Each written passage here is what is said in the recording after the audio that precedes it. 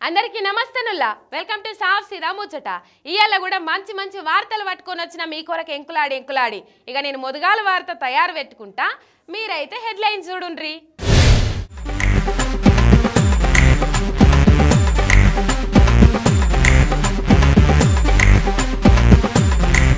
వడ్లు కొని bonus 500 ఇయాలని BRS ధర్నాలు ముచ్చట చెప్పే పటేలు బిచ్చం పెట్టడని ఉండే సాలు మళ్ళా మనమే అంటున్న జగనన్న దేశమే సన్నయ్యేటట్టు గెలుస్తదని ధీమాతోటి అన్న చిత్రపురి ప్లాట్ల మీద కన్నేసిండట మంత్రి సీఎం కు కూడా తెలుసునట ఎవలో ఆ కంత్రి ఆంధ్ర సీఎం జగనన్న కాన్ఫిడెన్స్ వేరే లెవెల్ ఉన్నది మున్పటి కంటే ఎక్కువ సీట్లతోటి పవర్లకు రాబోతున్నాం అందరి నోళ్లకు మూతలేయబోతున్నామని మస్తు ధీమాతోటి చెప్తుండ అన్న విజయవాడలో ఉన్న ఐప్యాక్ ఆఫీసులకు పోయి వాళ్ళందరితోటి మాట్లాడుకుంటా మళ్ళా మనమే అని చెప్పుకొచ్చిండు యుద్ధంలో అల్పుడు మందిని ఎంటేసుకొని పోతాడు అదే మునగాడు అనేటోడు ఒంటిగా బరిలకు దిగుతాడు అగో జగనన్నను అదే అంటున్నారు ఆయన ఫ్యాన్స్ కూటమి కట్టచ్చినోళ్ళు ఎంత మంది ఉన్నా సరే సింహం సింగల్ గా పోతుందని జగనన్న నిరూపించిండు అంటున్నారు ఇక జగనన్న ఎలక్షన్ మేనేజ్మెంట్ అంతా ఐప్యాక్ టీమ్ వాళ్ళు చేస్తుంటారు కదా ఇక ఓట్లైనాక వాళ్ళందరినీ కలిసి నా కోసం పనిచేసిన మీ అందరికి శనార్థులు అని చెప్పేదందుకు పోయిండు ఇక వాళ్ళ హుషారు చూసి మాట్లాడుకుంటా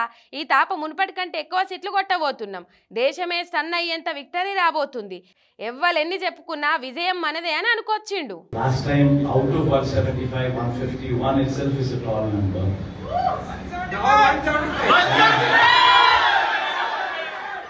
someone told me 22 out of 25 itself is a tall number this time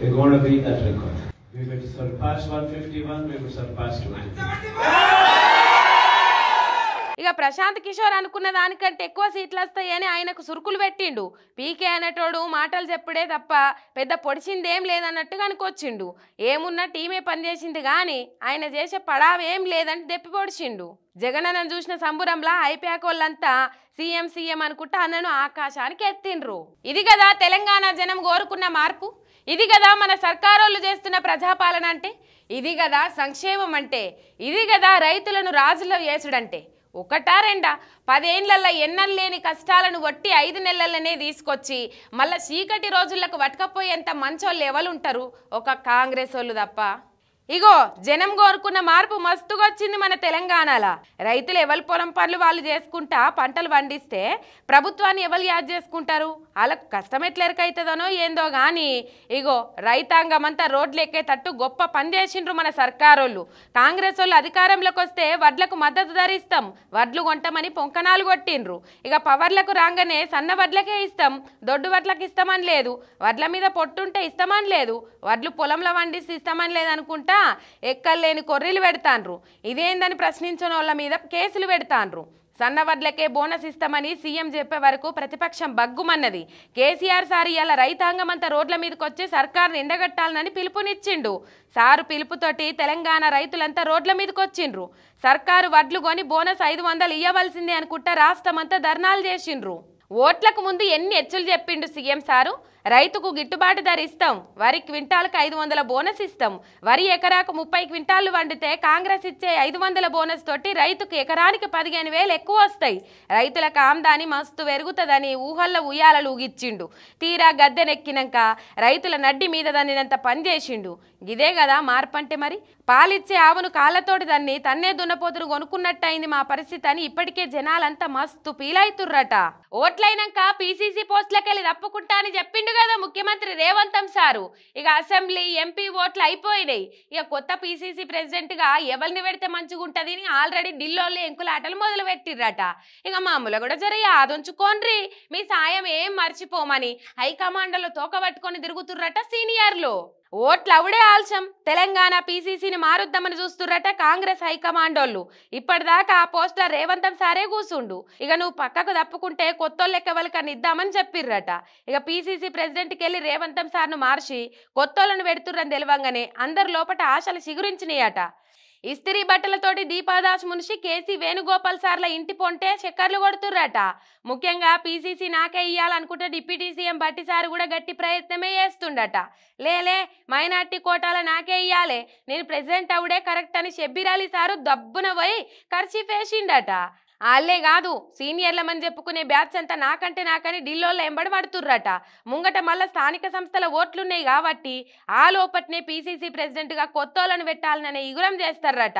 మరి కాంగ్రెస్ పీసీసీ ప్రెసిడెంట్ అవుడు అంటే ఉత్తగనే కాదు, ఇచ్చిపుచ్చుకునే లెక్కలు చాలా ఉంటాయి అంటున్నారు.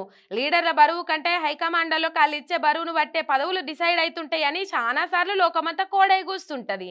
మరి ఈ తాప కూడా సూట్ కేసులు మోసేటోళ్ళకే ఆ పదవులు కట్టబెడతారా, నిజంగానే కష్టపడ్డోళ్లకు పదవి అప్పచెప్తారా అన్నది పీసీసీ ప్రెసిడెంట్ చేసినాక కాంగ్రెస్ లీడర్లే ఎవరో ఒక్కరు బయట పెడతారు. కాంగ్రెస్ చాలా మంది ముద్దుగా కాంగ్రెస్ అనే నిక్నేమ్ తోటి వెలుసుకుంటారు.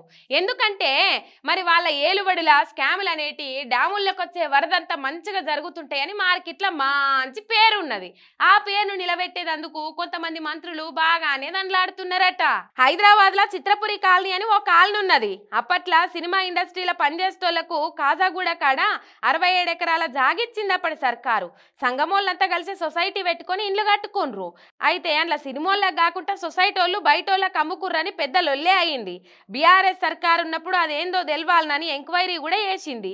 ఈ లోపల ప్రభుత్వం మారింది. ఇక కొత్త సర్కారు రాగానే ఓ మంత్రి చిత్రపురి హౌసింగ్ సొసైటీ వాళ్ళని పిలిచి ఏం సంగతి అని మాట్లాడిండట. మరి మనకి ఏం లేదా, 2 ప్లాట్లు మనకి ఇవ్వాల్సిందే, లేకుంటే మీ ప్లాట్లు ఒక్కటి కూడా రిజిస్ట్రేషన్ కావని చెప్పి పంపిండట.